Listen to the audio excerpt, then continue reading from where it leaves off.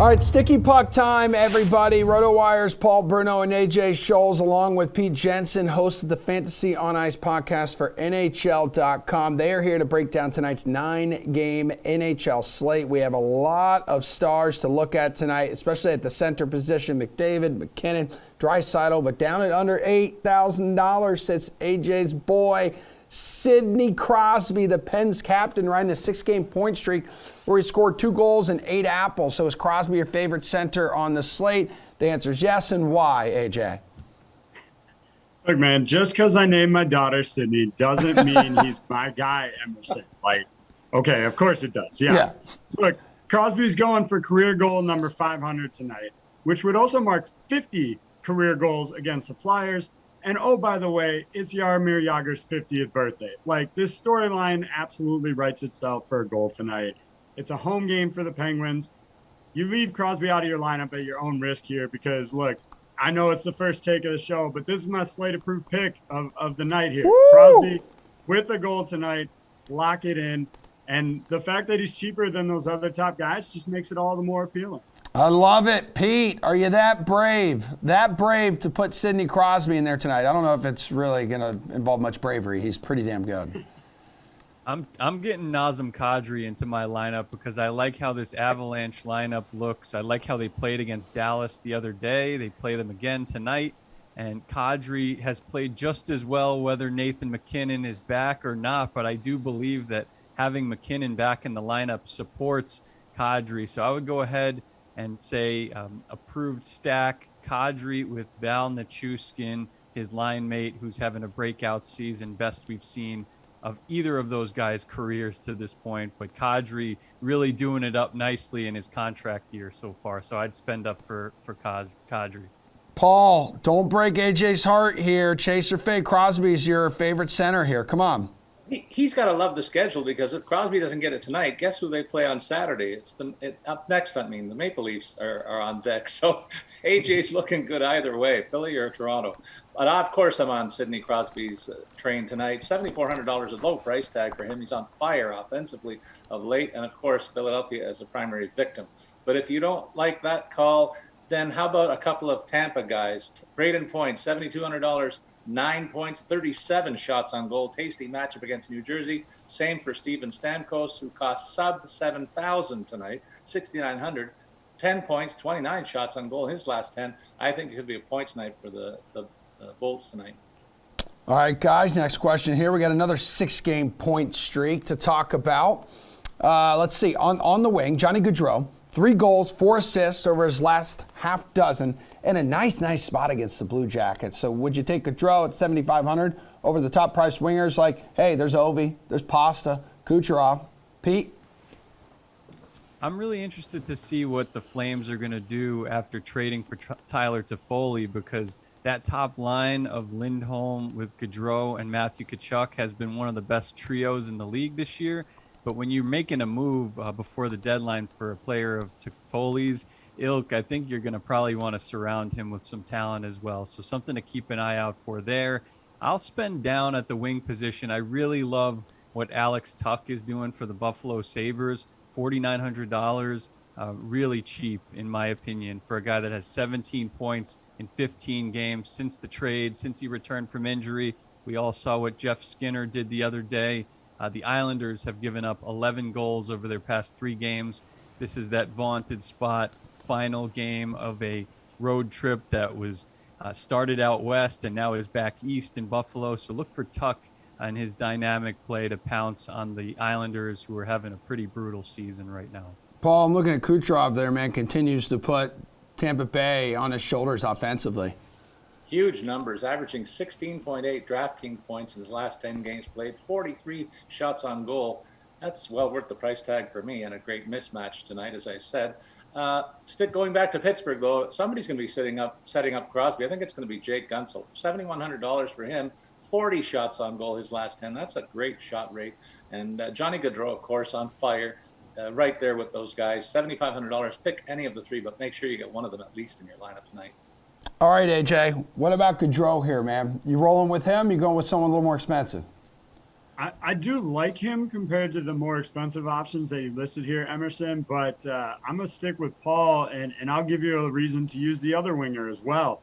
I think all three guys are in play, Crosby, Gensel, and Brian Rust here at 7K. Rusty's on a 5-game point streak that includes 7 goals and 2 helpers. On the year, he's averaging 1.37 points per game. It's a fantastic matchup for the Penguins. I think stacking this whole top line is in play. It's expensive, but it's certainly an option tonight. All right, cool. Let's go to the blue line and the dudes of the blue line crew. Cale Makar breaking out of his mini slump with 2 assists against Dallas on Sunday. Before that, though, he was pointless in his previous 4 games. Colorado gets Dallas again tonight. Makar's salary is as low as it's been since November. Is he worth this price, Paul? No, there's a bunch of better options that are cheaper. I like Evan Bouchard. We haven't talked about him at all, but he's taken over the power play quarterback role in Edmonton. $6,000 against LA, 3 goals, 4 helpers, 25 shots on goal, and 13 blocks. Can't forget the blocks in the DK scoring system, guys. Adam Fox also chiming in with $57 the price tag. Against Boston, the Bruins are a little light in their lineup, missing a couple of big guns. So you got to look at Foxy's 12 points in his last 10 games, 13 shots on goal, but 19 blocks. So that factors in. But even cheaper than that, Rasmus Anderson, another guy who's got an increased role in Calgary, $4,900 the price tag there, 25 shots on goal, 16 blocks, as well as 7 points. And finally, I like Rasmus Dahlin. The Sabres are surprising some teams lately. Don't take them lightly. $4,600, a nice matchup against the Islanders tonight. He also has 8 points in his last 10 games. AJ, Paul mentioned Adam Fox in there. You know, Boston's not looking great as of late, and we know he's one of the key cogs in the Rangers lineup. Yeah, that's where I was headed as well. Look, I think there's 2 ways you can kind of build tonight. You know, you can try and find more value at center and wing. There are plenty of options on the slate. And if you do that, I do think Makar is worth that price tag. As you said, lowest we've seen since November, and he is producing.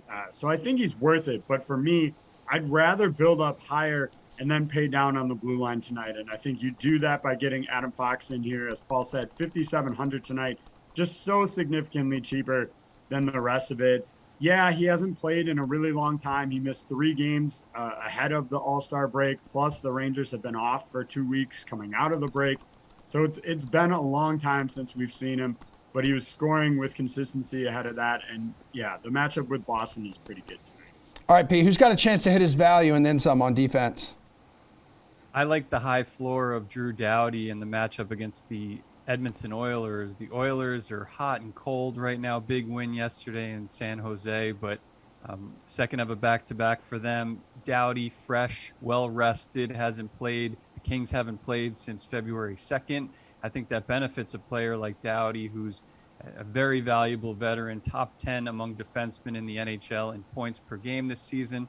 And also over his past 15, he's getting you plenty of shots with 46 and 20 blocks. So he gets that peripheral coverage. So, and then I'm also on the topic of Makar.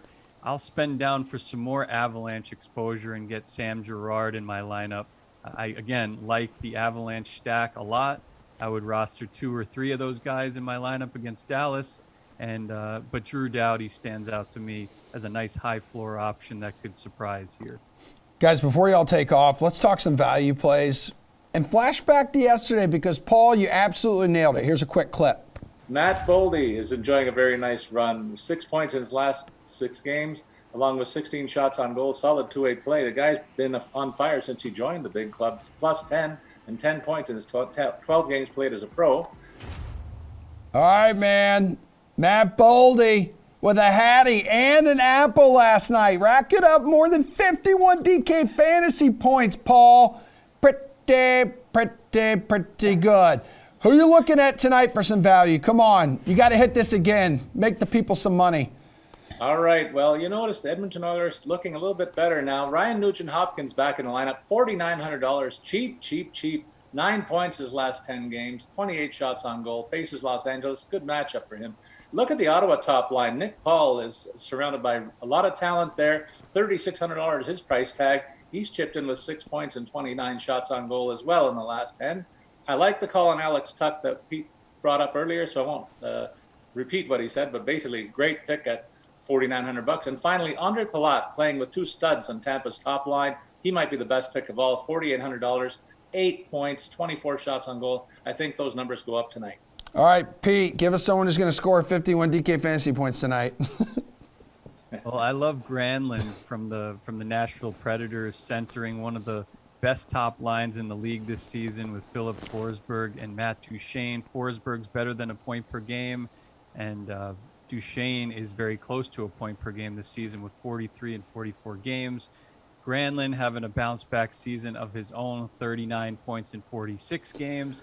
Doesn't have the highest shot volume, but when you look at a component, a key integral piece of that top line where those guys are scoring every single night, it seems, and Granlund's only priced at $4,300 against the Washington Capitals, who are giving up a ton of goals lately. They've lost 3 of their past 4, and in those 3 losses, they've allowed 4+ goals in each. So the Capitals have been a little leaky. They're missing some guys. They haven't been the same Capitals, so jump on Granlund tonight.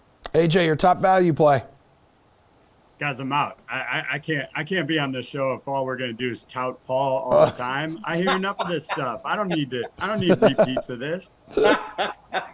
It was a great call by Paul last night. He got lucky for once. You know, every blind squirrel finds a nut. You know, it happens. So. Using my lines too. That's beautiful. For me, look, I think the Rangers are gonna win tonight.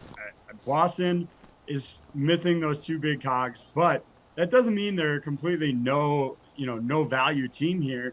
And if you can get Eric Holla in your lineup for $3,500, you're not going to find a cheaper first line center on the DK Sport or on the DraftKings board tonight. So I really think he's still worth a shot. He's going to be on the second power play unit, it looks like, so he's got some value there as well. And if everybody else is on the Rangers, it gives you a little bit of a contrarian play by using somebody from Boston. I think it'll be the Rangers winning, but Boston will get some goals for sure, and why not?